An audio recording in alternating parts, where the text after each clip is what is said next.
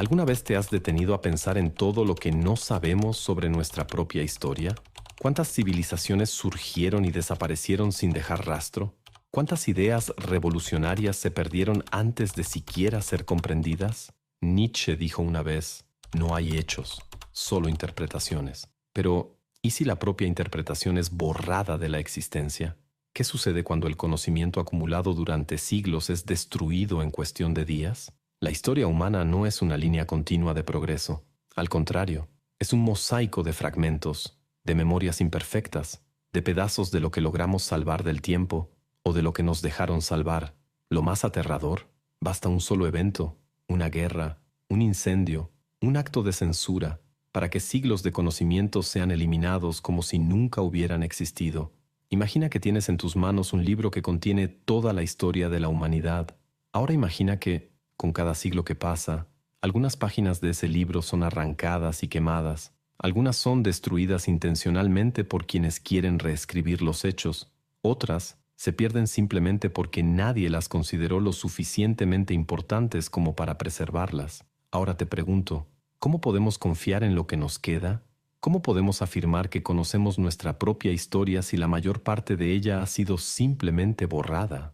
La Universidad de Nalanda, uno de los mayores centros de conocimiento de la antigüedad, con 9 millones de manuscritos, fue reducida a cenizas. La Biblioteca de Alejandría, posiblemente el mayor repositorio de conocimiento de la antigüedad, fue destruida por un incendio. Innumerables textos filosóficos, científicos e históricos se perdieron para siempre, junto con las ideas que podrían haber cambiado el mundo. Y esas son solo las pérdidas que podemos recordar. Pero, ¿qué hay de todo aquello que fue olvidado incluso antes de ser registrado? ¿Cómo podemos entender nuestro origen si solo tenemos fragmentos de nuestra propia memoria colectiva? El conocimiento no es eterno, es frágil, perecedero, manipulable. Michel Foucault ya nos advertía. El conocimiento no es solo un reflejo de la realidad, sino un producto del poder.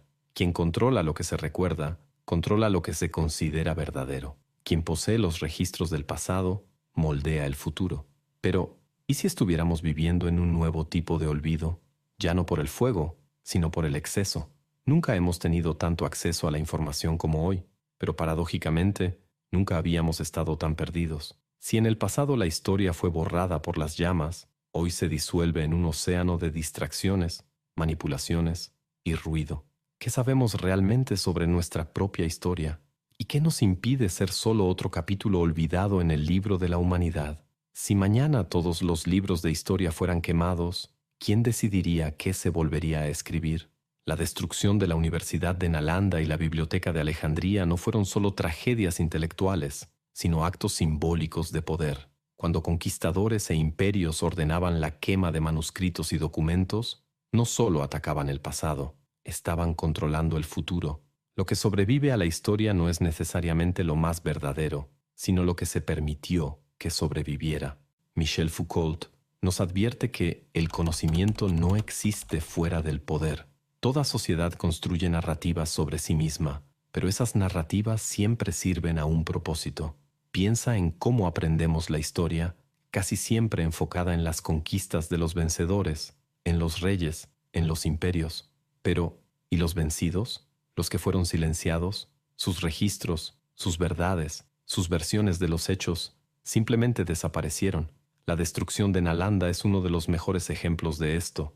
Durante casi 800 años, este centro de conocimiento en la India albergó a académicos de toda Asia, promoviendo debates en filosofía, medicina, matemáticas y astronomía.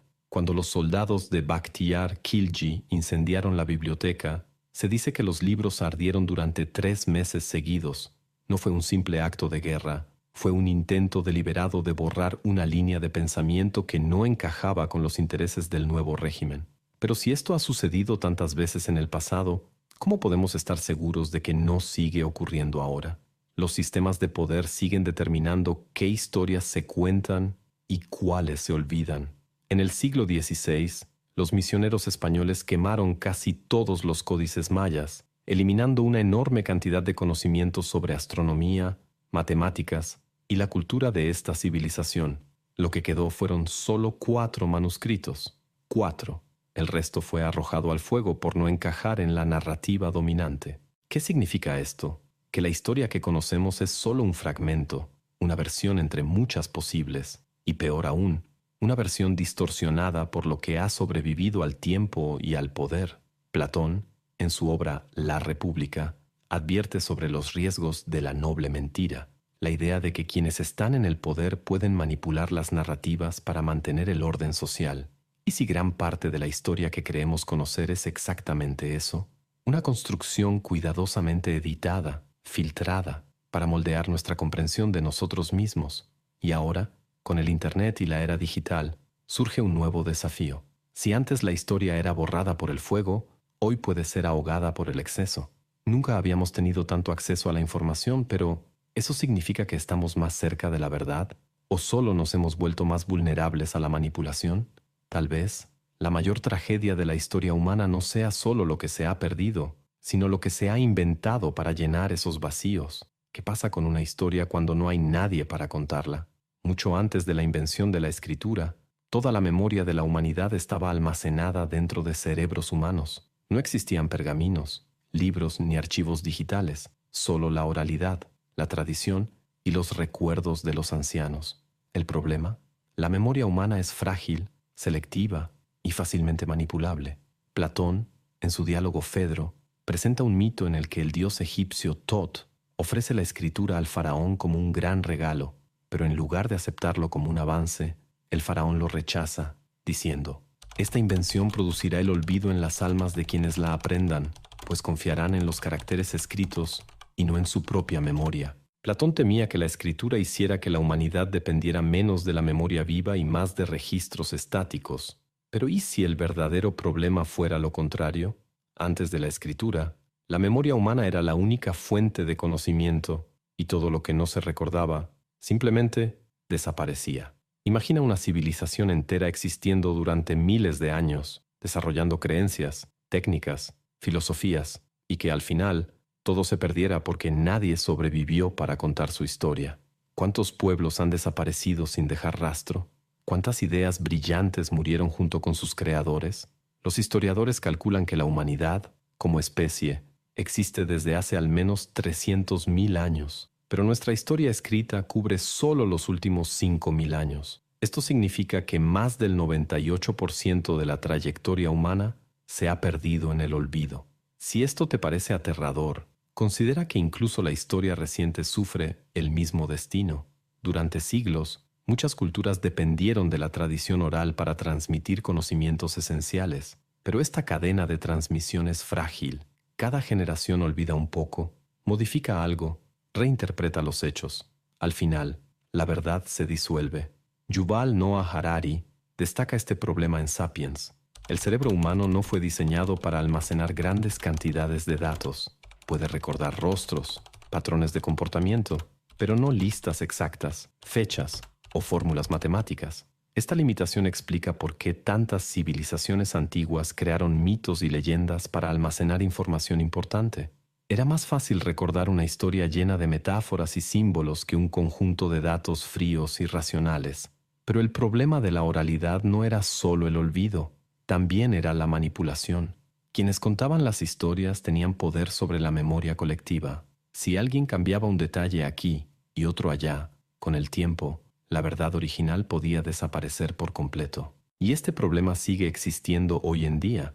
Si la historia siempre ha sido moldeada por quienes tenían control sobre los registros, ¿cómo podemos estar seguros de que el pasado que conocemos es real?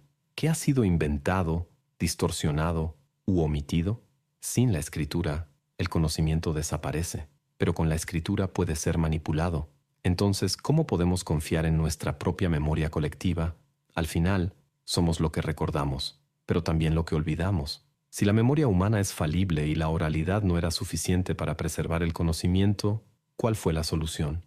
La respuesta surgió por necesidad. Hace aproximadamente 5.000 años, las primeras grandes civilizaciones enfrentaron un nuevo problema: cómo administrar ciudades complejas, un comercio en crecimiento y sistemas políticos organizados sin un método confiable para registrar información. Así nació la escritura. Los sumerios, alrededor del 3400 a.C., comenzaron a tallar símbolos en tablillas de arcilla, inicialmente para registrar transacciones comerciales, granos, ganado, impuestos, pero pronto se dieron cuenta de que esta técnica podía usarse para mucho más que simples cuentas. Fue el inicio del lenguaje escrito como un sistema de pensamiento, y fue ahí cuando ocurrió uno de los mayores saltos en la historia de la humanidad. Marshall McLuhan, teórico de la comunicación, decía que el medio es el mensaje. La escritura no fue solo un método para registrar información, sino una nueva forma de pensar. Antes de ella, el conocimiento existía únicamente en el presente, dentro de la mente de las personas. Ahora, podía almacenarse fuera del cerebro, consultarse en cualquier momento y transmitirse a futuras generaciones sin distorsiones. Desde ese momento, la mente humana ya no estaba limitada a su propio tiempo y espacio. La escritura se convirtió en una extensión de la memoria, permitiendo que las ideas sobrevivieran incluso después de la muerte de quienes las crearon. Pero, ¿fue esto un avance o una maldición? Platón, como hemos visto antes, tenía sus dudas. Temía que la escritura hiciera a las personas intelectualmente perezosas, pues en lugar de desarrollar su propia sabiduría, simplemente consultarían textos ya escritos. En otras palabras, ¿la escritura nos liberó o nos hizo dependientes? La invención de la escritura no solo preservó el conocimiento, sino que también lo estructuró de una nueva manera. En la oralidad, el pensamiento era fluido, adaptable, siempre reinterpretado por quienes contaban las historias. Con la escritura se volvió fijo, absoluto, dogmático. Lo que estaba registrado se convertía en una verdad incuestionable. Piensa en el impacto que esto tuvo en las religiones, por ejemplo. Antes de la escritura, los mitos y creencias se transmitían verbalmente y podían cambiar según la cultura y el tiempo. Pero cuando los textos sagrados comenzaron a escribirse, sus interpretaciones pasaron a considerarse inmutables. Esto trajo consecuencias profundas para la sociedad. Leyes, contratos, registros históricos, todo pasó a basarse en lo que estaba escrito, y ya no en lo que podía discutirse o reinterpretarse. Así, la escritura no solo moldeó la historia, sino también la manera en que percibimos la realidad. Sin la escritura, no habría ciencia, filosofía, matemáticas, ni tecnología. No existirían Aristóteles, Confucio, Newton, Einstein. Pero, al mismo tiempo, sin la escritura, quizá habríamos desarrollado una forma completamente diferente de pensar, menos rígida y más intuitiva. Hoy estamos ante una nueva revolución, la era digital. Así como la escritura transformó el cerebro humano hace milenios, el Internet y las redes sociales están cambiando nuestra forma de pensar una vez más. Pero, ¿realmente estamos expandiendo nuestro conocimiento? ¿O solo estamos creando nuevas burbujas de información, donde creemos únicamente en lo que queremos leer? Si en el pasado el problema era el olvido, hoy puede ser el exceso de información. Si antes faltaban registros, ahora hay tantos que resulta difícil saber qué es lo que realmente importa. ¿Estamos escribiendo el futuro o solo estamos perdiéndonos en él? Por milenios, el problema de la humanidad fue la escasez de información. El conocimiento era frágil, podía perderse en incendios, guerras y conquistas. Hoy, enfrentamos el extremo opuesto, la hiperinflación de la información. Si en el pasado la ignorancia surgía por la falta de registros, hoy proviene del exceso. Estamos ahogados en datos, bombardeados por narrativas contradictorias, manipulados por algoritmos que filtran lo que vemos y pensamos. El filósofo Jean Baudrillard introdujo el concepto de simulacro, la idea de que vivimos en una realidad donde las representaciones han sustituido a los hechos. Según él, hemos llegado a un punto en el que la verdad no solo se ha perdido, sino que se ha vuelto irrelevante. Esto encaja perfectamente en la era digital. Nunca hemos tenido tanto acceso a la historia, pero ¿realmente entendemos el pasado? ¿O solo consumimos versiones distorsionadas, reescritas para servir a intereses modernos? Yuval Noah Harari nos advierte: en el pasado, el poder pertenecía a quien tenía la información. En el presente, el poder pertenece a quien sabe qué ignorar. Las burbujas de información que creamos en Internet reflejan esta realidad.